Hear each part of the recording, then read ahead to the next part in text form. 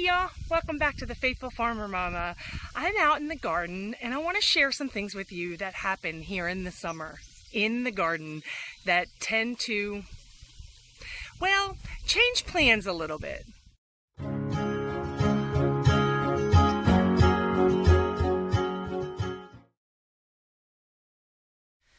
So before we get started, please go down below, find the subscribe button along with the little bell. Make sure you click those because that will alert you to every time I post a new video. So I'm out here in the garden and something has happened that has made my life a little sad. It's changed a few things and changed how I'm going to proceed with my garden and with my preserving for the next couple of weeks. Sometimes things in the garden don't always go as expected. You plant things like beautiful butternut squash, and then yet you still find some that just do not do very well. Or you plant an entire pack of beans, and then when you go to actually pick, you find that your beans are mealy and not really worth even eating. Or as you head out to the cut flower garden / vegetable garden to get some tomatoes, you find that something is totally destroying every single tomato plant in your garden. And this little guy right here would be our culprit. I believe this is called a blister beetle, although I'm not absolutely positive, but everything I've looked up, I really think that's what they are. They can be a little of an annoyance to human skin. They can actually make you swell up and itch and have a rash. But this guy here, I have all of my tomato plants are totally covered in larvae and lots of bugs. Like this little guy right there, just making his way. And every time I try to go and get them off, I will actually find that they fall to the ground and then I can't find them and it's almost impossible to kill them. I just am at a loss. Not only are they killing my plant, they are now starting to eat the fruit on my plants. And that, guys, is just not okay. And either they are pooping a lot or they are leaving larvae everywhere to only have more. So my question is this: what is one to do when the garden is being overrun in the summertime by something that you cannot kill? I try to be a very organic gardener. I do not like to use things like Sevin dust or any kind of chemical that will kill them, which you can definitely prevent and kill these guys with a little bit of chemical. But I am not that gardener. I do not like to use that kind of chemical. I really like things to be very natural.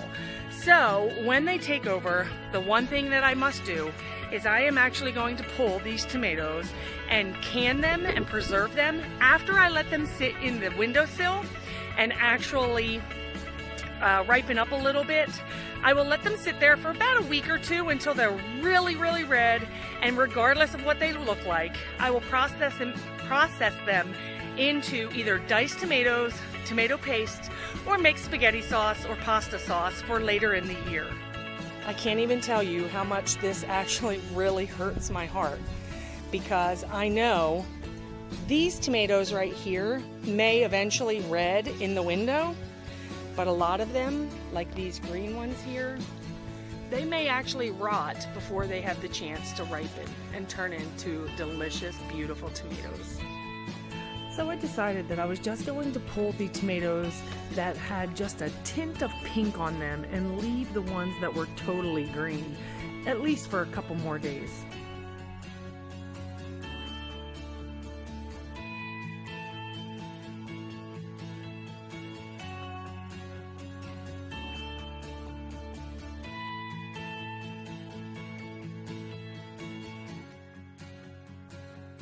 And while this really does pain my heart to have to pull green tomatoes, I know that my garden will be better off without the plant here and also the tomatoes here.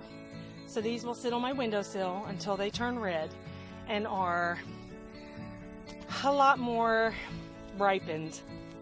One thing I will do is let these sit a few more days just to see if they will ripen up any. One thing you might remember me saying back in the spring was when my tomato plants looked as if they were going to die, I actually planted some up here in the raised beds. I am so glad I did that because these tomato plants, they have not been affected. Do y'all remember the clone tomato plants that I started? Well, this is one of my plants. It is a Roma. How exciting is it that I have one of my Roma tomatoes down here, or up here, shall I say, in our raised gardens?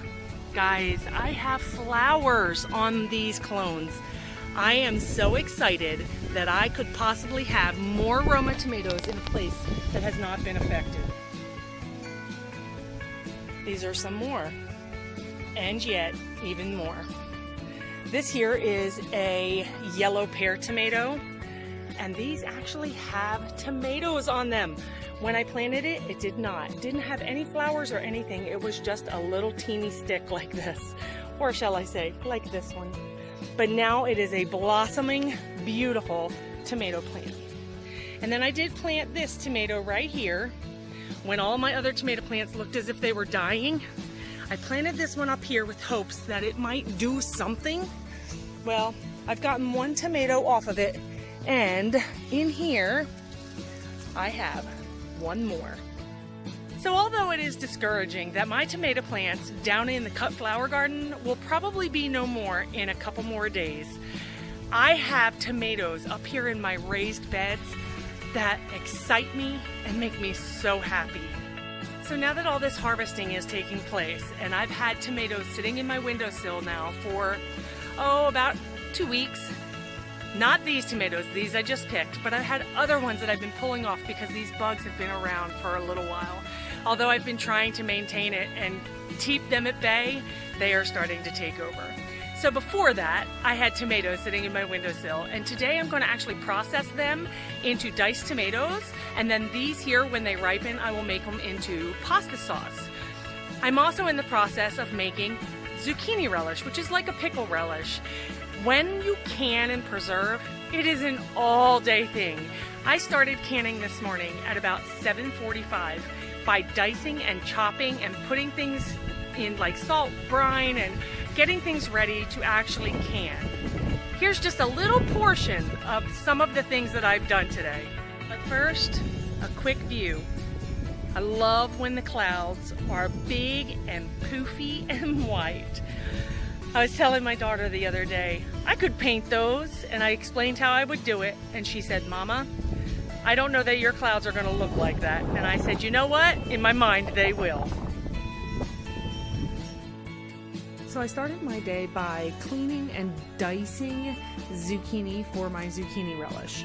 I dice mine, although you could shred it for this recipe. I just like the texture of the diced zucchini.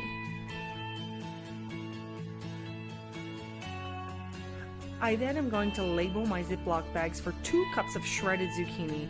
This was what was left over, the zucchini right here, and I use this in the wintertime for chocolate zucchini muffins or zucchini bread, and I freeze them in 2-cup bags. I'm putting water on the stove to get ready for my canning because I'm water bath canning today. Washing all of the tomatoes that were red and ready to be diced. I sterilized my jars in the dishwasher.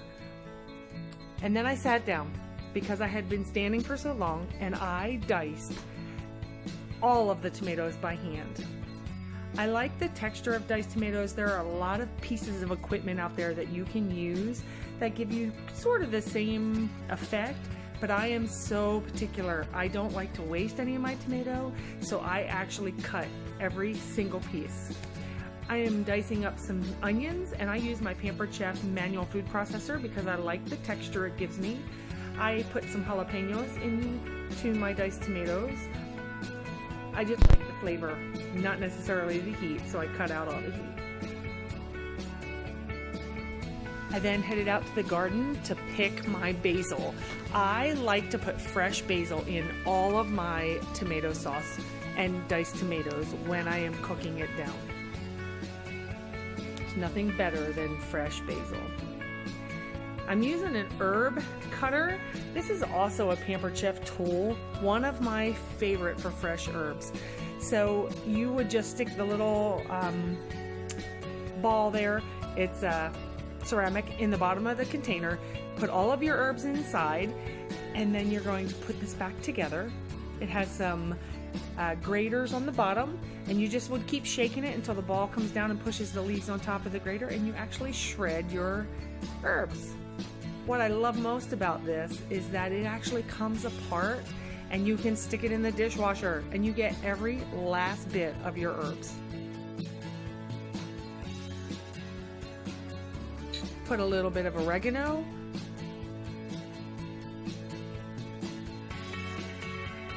some salt. Mine is just coarse ground Himalayan sea salt. I then mix it all up together. I usually use a wooden spoon. I don't like to use metal when I am actually canning or cooking. It looks good. I could just eat it just like this. For my relish, I cut up some bell peppers, green and red.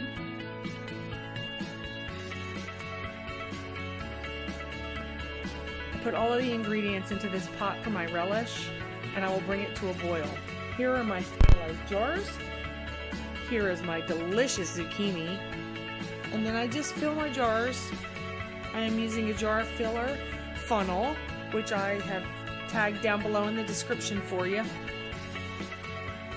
And I fill my jars, leaving a 1/4 inch of headroom. Best thing to do is really go into your blue book from Ball to see what you need to do for canning. Here are my diced tomatoes. My zucchini relish is now closing in the pot, sealing, excuse me. And then my jars of tomatoes, I will add hot water along with a little bit more salt to make sure that they are full up to where they need to be.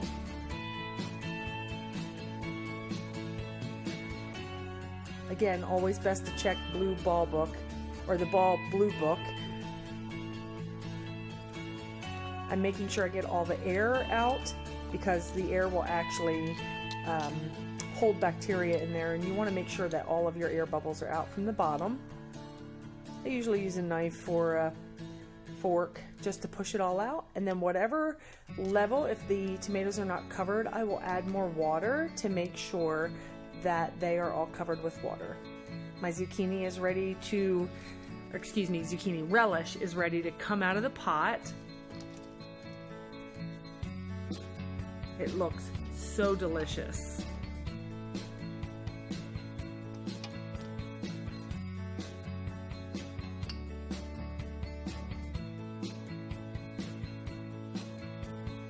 And then we wait for that sound.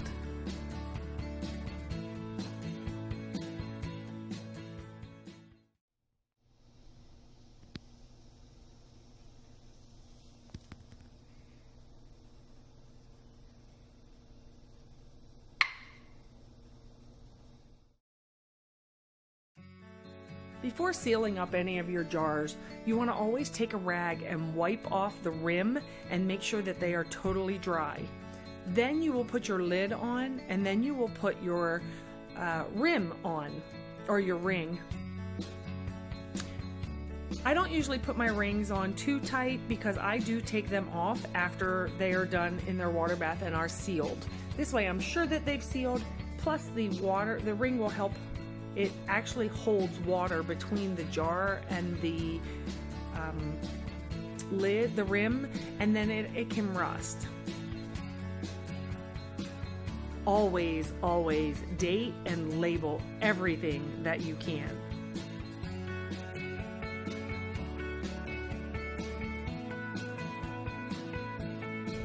Well, that's it for me today, guys. It has been a long day. It is about 4:30 in the afternoon, and I started this morning around 9 o'clock. I am tired from standing, but it is so worth it. To be able to can all of your own food that comes from your garden is such an amazing feeling.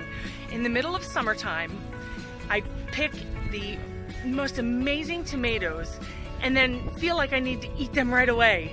So this way I am able to have that flavor of summer into the wintertime in my chilies and my stews and all kinds of delicious wintertime meals. This was just a water bath, not even a pressure canning day. It was just a water bath day. And it still took me all day, but it's so worth it in the long run. Well, I'm off to the chicken coop. Gotta get those eggs. You guys have a great day, and thanks so much for coming and joining us on the farm. See you next time.